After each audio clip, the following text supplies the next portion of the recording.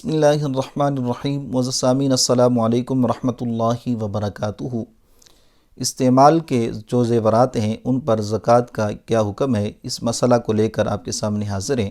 تو سب سے پہلے تو یہ بات سماعت فرمائیں کہ سونا اور چاندی اپنے خلقی طور پر ہی عذر شرع یہ مال ہیں، چاہے کس صورت کے اندر بھی ہوں، کس حیت کے اندر بھی ہوں، زیورات کی صورت کے اندر ہوں یا اسی طرح برتنوں کی صورت کے اندر ہوں یا سکوں کی صورت کے اندر ہوں یا ڈلیوں کی صورت کے اندر ہوں، جب ان کی مقدار جو ہے وہ نصاب تک پہنچ جائے گی، جس صورت کے اندر بھی ہو، سونا اور چاندی، اس پر شریعت نے زکوٰۃ کو لازم کیا ہے۔ اور اسی طرح وہ زیورات جو عورتیں استعمال کرتی ہیں، اگر وہ نصاب کی مقدار تک پہنچ جاتے ہیں، سونا یا چاندی کے جو زیورات ہیں ان پر بھی زکوٰۃ کا ادا کرنا یہ لازم ہے۔ سنن ابی داؤد کے اندر ایک روایت موجود ہے، وہ آپ کے سامنے رکھتا ہوں۔ حضرت عبداللہ بن عمر رضی اللہ تعالیٰ عنہ آپ اس کو روایت کرتے ہیں۔ آپ بیان فرماتے ہیں کہ آقا کریم علیہ الصلاۃ والسلام آپ کی بارگاہ میں ایک عورت اپنی لڑکی کو لے کے آئی، تو اس کی جو لڑکی ہے، بیٹی ہے، اس نے بھاری کنگن پہنے ہوئے تھے سونے کے۔ تو آقا کریم علیہ الصلاۃ والسلام آپ نے پوچھا کیا تم ان کی زکوٰۃ ادا کرتی ہو؟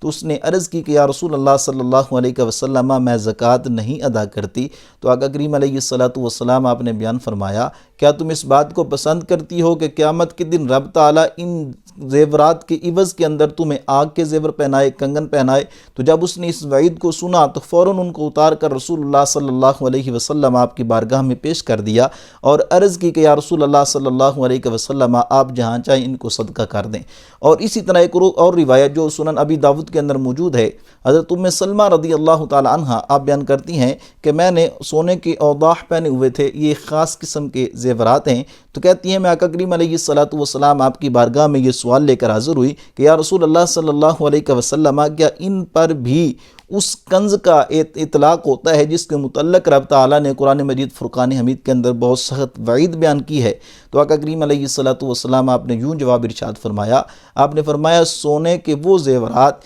جن کی مقدار نصاب تک پہنچ جاتی ہے، اگر ان کی زکوٰۃ ادا کر دی جائے تو ان پر اس کنز کا اطلاق نہیں ہوتا جس کے متعلق رب تعالیٰ نے قرآن مجید فرقان حمید کے اندر وعید بیان کی ہے۔ تو ان دونوں روایات سے پتہ چلا کہ استعمال کے جو زیورات ہیں جن کو خواتین استعمال کرتی ہیں، سونے کے ہوں یا چاندی کے ہوں، اگر وہ